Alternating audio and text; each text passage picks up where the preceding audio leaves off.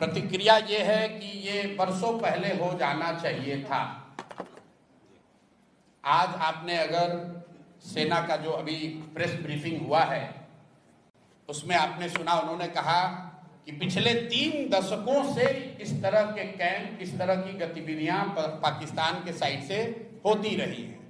तो अगर आपके घर के मोहल्ले में कोई आपका पड़ोसी बैठकर आपके घर में कंकड़ फेंकता रहेगा, गोला बारूद फेंकता रहेगा, आग के गोले फेंकते रहेंगे, तो आप कब तक बर्दाश्त करेंगे?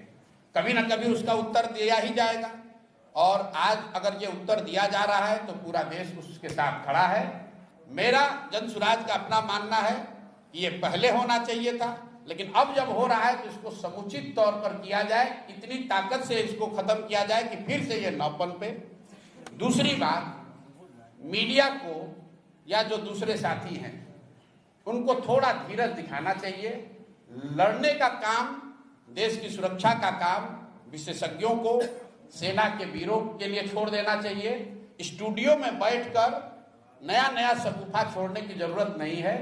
अगर आप मैच्योर्ड कंट्री हैं, एक गंभीर व्यक्ति हैं, एक बड़े राष्ट्र के नागरिक हैं, देश से प्यार करते हैं, तो सेना को अपना काम करने दीजिए, विशेषज्ञों को इसकी व्यवस्था करने दीजिए। आप और हमसे आपसे अपेक्षा ये है कि हम लोग पूरी तरीके से अपने प्रार्थनाओं में, अपनी दुआओं में, अपनी भावनाओं में, अपने कार्यशैली में सेना के प्रति, और जो सेना के साथ जो साथी इसमें जुड़े हुए हैं, जो इस काम को कर रहे हैं, हम लोग उनके साथ खड़े रहें। इसका मजाक न बनाएं, इसको टीआरपी बढ़ाने का जरिया न बनाएं। ये गंभीर मामला है। और हम लोग अंतिम बात इसमें ये कहना चाहते हैं कि जनसुराज परिवार की ओर से हम लोग इस बात के लिए प्रार्थना करते हैं कि कोई भी भारतीय नागरिक, कोई भी जवान उस हताहत न हो, भगवान न करे किसी के साथ कोई दुर्घटना ना हो। आपके हमारे लिए ये कहना बहुत आसान है कि फलाना आदमी, इतने लोग शहीद हो गए। आपके लिए वो कहानी हो सकती है, किसी के लिए वो परिवार है, किसी के लिए वो जिंदगी है। तो हम लोग ये प्रार्थना करते हैं कि ये जो भी कार्रवाई चल रही है, इसमें भारत के लोगों का, जो साथी, जो यहाँ के वीर पुत्र, जो लोग लड़ रहे हैं या जिनको जो जिम्मेवारी दी गई है, जो जिम्मेवारी निभा रहे हैं, उनको, उनमें से कोई हताहत ना हो, उनको कोई उनके साथ दुर्घटना ना हो। बाकी जो कुछ भी जिम्मेवारी नागरिक होने के नाते हम लोग पर होगी, जो सरकार और सदन तय करेगी, हम लोग सब उसमें साथ खड़े रहेंगे। इसी सवाल को आगे बढ़ाते हुए विपक्षी पार्टियां वो दिन गिनती कर रही हैं कि 13 दिन हो गए, 14 दिन हो गए, सरकार अटैक क्यों नहीं कर रही है? क्या किसी देश पर अटैक कर देना इतना आसान है?